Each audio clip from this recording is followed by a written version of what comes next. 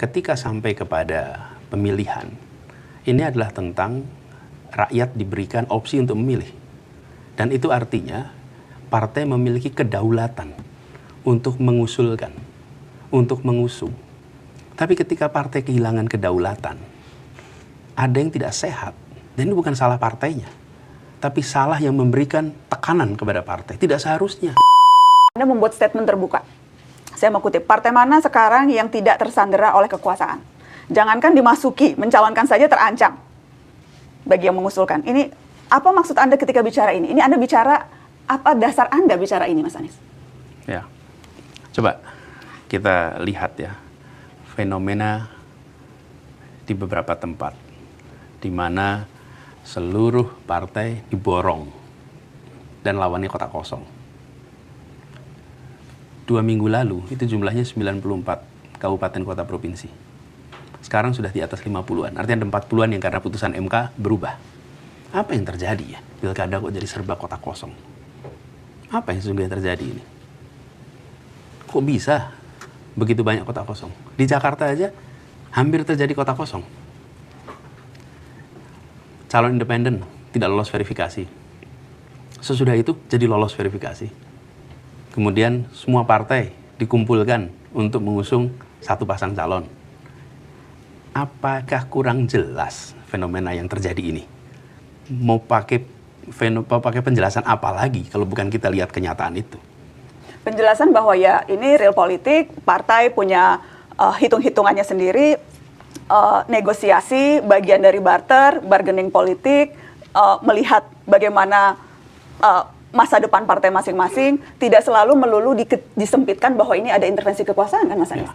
Partai politik kan biasa bargaining politik. Ya, ketika sampai kepada pemilihan, ini adalah tentang rakyat diberikan opsi untuk memilih. Dan itu artinya partai memiliki kedaulatan untuk mengusulkan, untuk mengusung. Tapi ketika partai kehilangan kedaulatan, ada yang tidak sehat. Dan itu bukan salah partainya, tapi salah yang memberikan tekanan kepada partai. Tidak seharusnya. Dari mana tapi Anda bisa membuktikan itu, Mas Anies? Sekarang partai-partai semuanya bilang ya karena memang hitung-hitungan politiknya memang tidak bisa mengusung Anies Baswedan kok. Hitung-hitungan politiknya memang yang kami mau usung ini, apapun kepentingan politik mereka ya, karena memang mau bergabung atau apapun dorongannya, tapi faktanya memang sekarang yang bisa mengusung partai politik dan mereka membuat keputusan-keputusan sendiri. Karena itu hormati keputusannya. Tetapi kita tahu bahwa keputusan itu adalah keputusan yang merupakan pembalikan atas keputusan sebelumnya.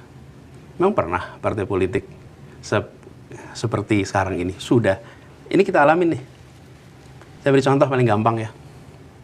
Jangan Anies di Jakarta. Ibu Airin di Banten. Hampir tidak jadi calon. Wali kota 2 periode. Sukses. Tokoh Golkar. Surveinya di atas 50%, 60%.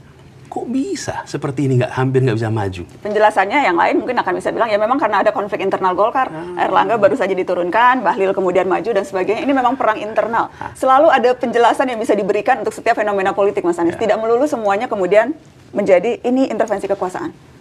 Kalau partai memiliki kedaulatan, sudah dari dulu partai itu akan nyalonin. Mana ada partai nggak mau nyalonin orang angkanya 60%? Anda dicalonkan oleh 3 partai politik kok ketika menjadi capres? Jangan Anies. Kenapa? Kalau Anies ketika Anda bilang tersandera kekuasaan semua partai, faktanya ketika Anda maju menjadi capres, ada 3 partai politik yang mendukung Anda, padahal Anda bukan kader PKB, Anda bukan kader Nasdem, Anda bukan kader PKS, tapi Anda dapat tiket dari 3 partai. Ya. Itu kan tidak tersandera kekuasaan, Mas Anies? Nah, kita merasakan persis kenapa berinteraksi dengan pimpinan partai.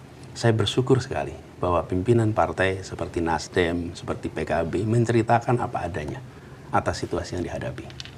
Okay? Dan lebih rumit daripada Pilpres yang mereka hadapi. Karena itu saya sampaikan, saya hormati keputusan untuk tidak mengusung. Saya hormati keputusan itu.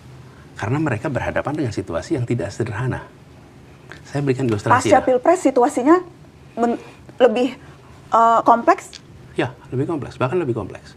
Nah, kalau kemudian partai memiliki kedaulatan dan partai boleh melaksanakan kedaulatan itu, kita akan menyaksikan berbagai partai itu punya calon. Nggak kita menyaksikan kotak kosong sebanyak ini.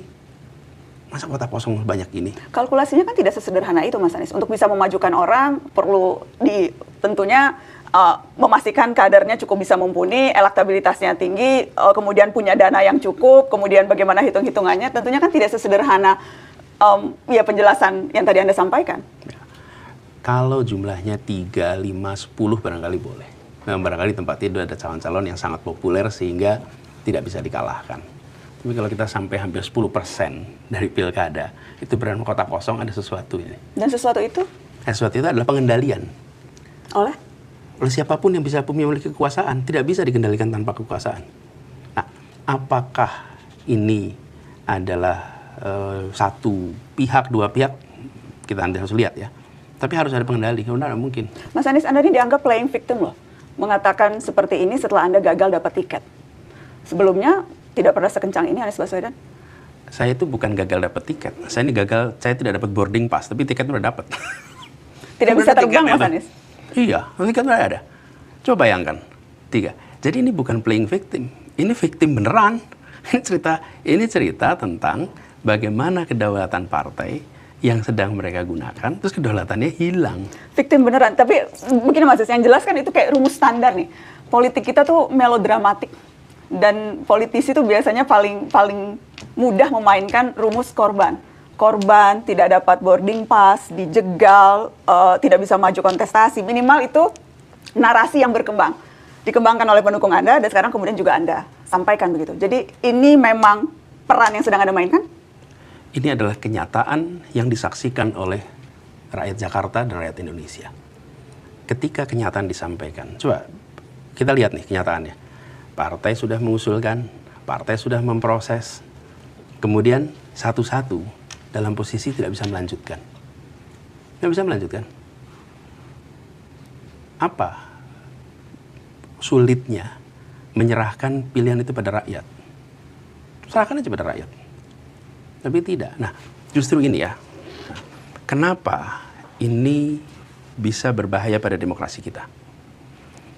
Kita menempatkan demokrasi itu sebagai sebuah media untuk mengelola perbedaan aspirasi secara damai.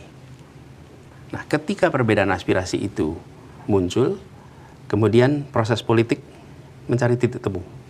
Kalau tidak tercapai titik temu, serahkan pada rakyat untuk menentukan. Nah, dalam pencalonan begitu.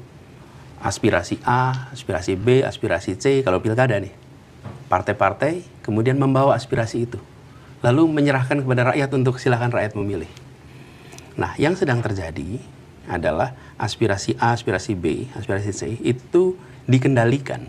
Sehingga yang ditawarkan kepada rakyat adalah yang oleh kesepakatan apapun itu, apakah itu perintah, apakah itu rundingan, disepakati dan tidak diserahkan kepada rakyat. Jadi peristiwa yang dialami bukan saja, kalau saya menceritakan ini seakan hanya soal Anies. Bukan, ini adalah bagaimana proses demokrasi kita ini dijaga untuk sehat. Kalau tidak ada itu, buat apa kita semua ini ada pilkada? Sepakati aja satu nama, terus-menerus. Dan kemudian kota kosong aja semuanya. Kan jadi begitu kemudian. Dan Anda merasa bahwa memaksakan kesepakatan itu didorong oleh pengendali kekuasaan. Itu yang Anda katakan, Mas Anies? Kita nggak tahu sesungguhnya siapa yang mengendalikan ini semua. Kita bisa berspekulasi. Tapi kita kalau ditanya, saya tidak bisa tahu saya. Karena yang jelas itu kan narasi yang kemudian berkembang. Sedemikian sampai Presiden Jokowi ditanyai wartawan soal itu. Spesifiknya kita akan dengar apa kata Presiden Jokowi.